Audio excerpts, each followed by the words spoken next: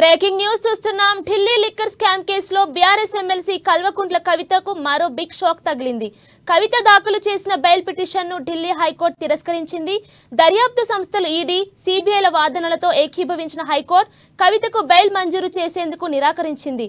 దీంతో కవితకు మరోసారి నిరాశ ఎదురైంది. కాగా ఢిల్లీ లిక్కర్ స్కామ్ కేసులో అరెస్టైన కవిత జ్యుడిషియల్ రిమాండ్లో భాగంగా ప్రస్తుతం తీహార్ జైల్లో ఉన్నారు. ఈ క్రమంలోనే సిబిఐ, ఈడీ కేసులో కవిత రౌస్ అవెన్యూ కోర్టులో బెయిల్ పిటిషన్ దాఖలు చేసుకోగా ఆమెకు బెయిల్ ఇచ్చేందుకు ట్రయల్ కోర్టు నిరాకరించింది. దీంతో కవిత బెయిల్ కోసం ఢిల్లీ హైకోర్టును ఆశ్రయించారు.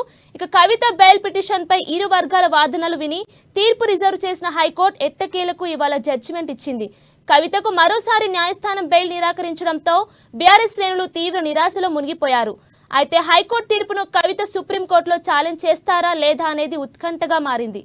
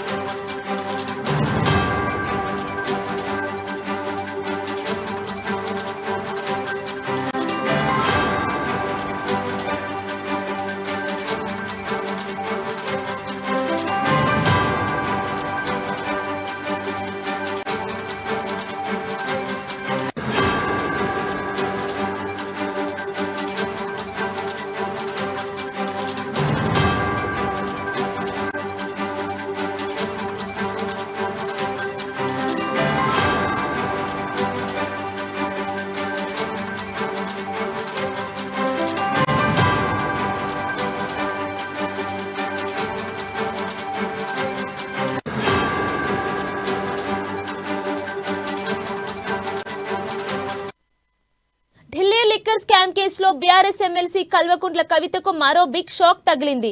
కవిత దాఖలు చేసిన బెయిల్ పిటిషన్ను ఢిల్లీ హైకోర్టు తిరస్కరించింది. దర్యాప్తు సంస్థలు ఈడీ, సిబిఐల వాదనలతో ఏకీభవించిన హైకోర్టు కవితకు బెయిల్ మంజూరు చేసేందుకు నిరాకరించింది. దీంతో కవితకు మరోసారి నిరాశ ఎదురైంది.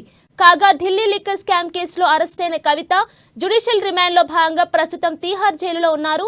ఈ క్రమంలోనే సిబిఐ, ఈడీ కేసులో కవిత రౌస్ అవెన్యూ కోర్టులో బెయిల్ పిటిషన్ దాఖలు చేసుకోగా ఆమెకు బెయిల్ ఇచ్చేందుకు ట్రయల్ కోర్టు నిరాకరించింది. దీంతో కవిత బెయిల్ కోసం ఢిల్లీ హైకోర్టును ఆశ్రయించారు.